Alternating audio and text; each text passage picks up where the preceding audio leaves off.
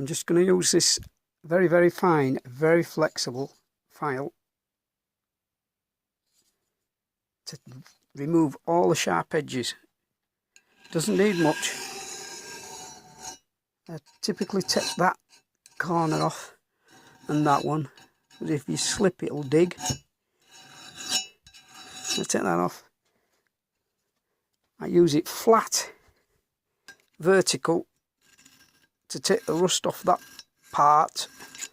I angle it slightly and remove the rust from there. It's very, very little. As you can see, that edge is very, very, very rough.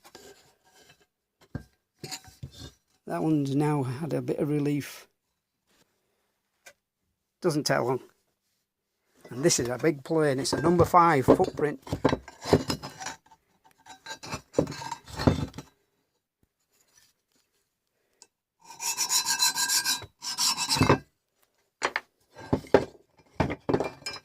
Difficult to do one-handed, but it doesn't take much.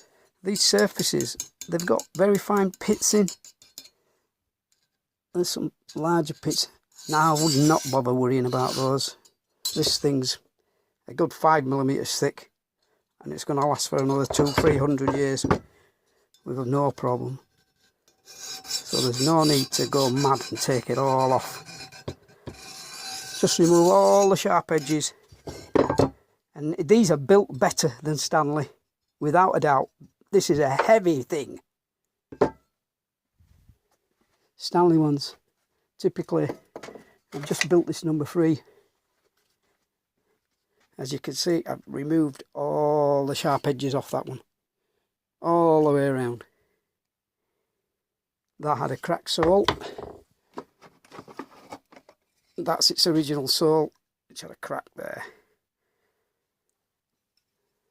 And that's a beautiful plane now. It's all been sharpened, ready to go.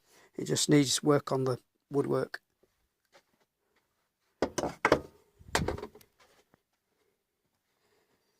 These ribs are very, very thick. There's plenty of land there. I just take them and just remove a little bit of the rust off of there. Doesn't need much. It's cleaned up very well with the terps. And this is all it needs. You don't need to go mad with these planes. They're bulletproof. Doesn't need much at all.